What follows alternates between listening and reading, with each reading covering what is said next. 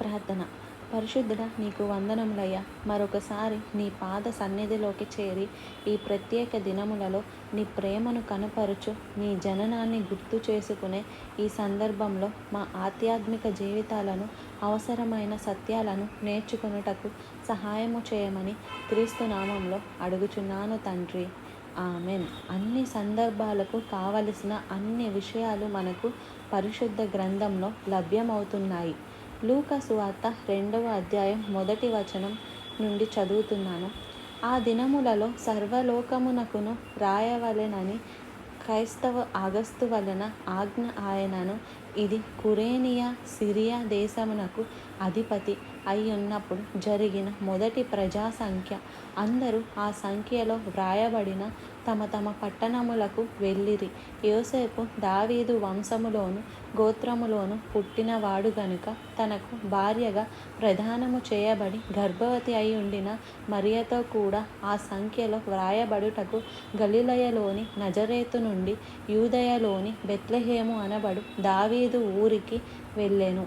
వారు అక్కడ ఉన్నప్పుడు ఆమె ప్రసవ దినములు నిండెను గనుక తన తొలిచూలు కుమారుని కని పొత్తి గుడ్డలతో చుట్టి, శాస్త్రములు వారికి స్థలము లేనందున ఆయనను పశువుల తొట్టెలో పరుండబెట్టిరి. క్లుప్తంగా క్రీస్తు జనన సందర్భాన్ని గురించి మనం ఇక్కడ చదువుతున్నాం. యేసు ప్రభువు జన్మించినప్పుడు మొట్టమొదటి ప్రజా సంఖ్య రాయబడింది.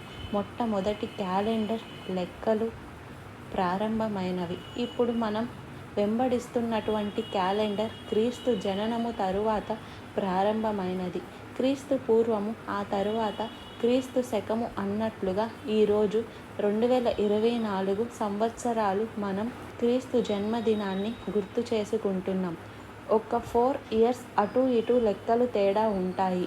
ఆయన నిజమైన దేవుడని, అది క్రీస్తు జననం కట్టు కథ కాదు, ఇది చరిత్రను ఎవరు మార్చలేరు అన్నది మనం గుర్తిస్తున్నాం.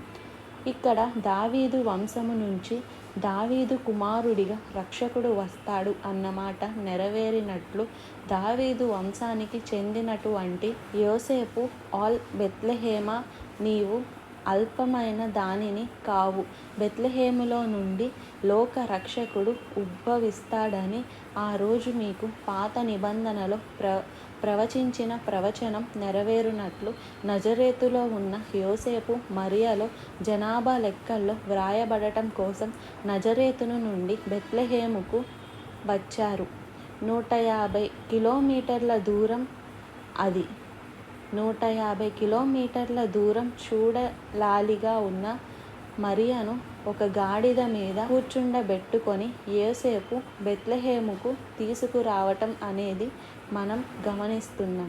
ఆ మార్గంలో వారు నడుస్తున్నప్పుడు వారు ఒంటరిగా, వారు ప్రయాసపడుతూ దేవుని చిత్తము చేయుట కొరకు ఇరువురు అప్పగించుకొని సాగుతున్నప్పుడు, నిజంగానే లోక రక్షకుడు నా గర్భములో ఉన్నాడా, ఆయనకి ఇలా నేను ఏం చేయలేకపోతున్నానే, మేము ఏమి చేయలేకపోతున్నామే అనేవారు మదనపడ్డారు. కానీ మేము దేవుని కుమారుడికి జన్మ ఇస్తుంటే మాకెందుకు ఈ తిప్పలు అని సనగలేదండి. యేసు ప్రభువు ఈ లోకంలోనికి ఒక్కసారిగా పైనుండి వచ్చేసి సిలువలో మరణించి పాప ప్రాయశ్చిత్తం చేసి మళ్ళీ వెళ్ళిపోయి ఉండొచ్చు. కానీ మన పాపములకు విమోచన చేయుట కొరకు ఆయన మన వలె బాలుడిగా జీవించి, శిశువుగా జీవించి, బాలుడిగా ఎదిగి, యవ్వన ప్రాయములో సిలువపై తనను తాను అర్పించుకొని మన పాపమునకు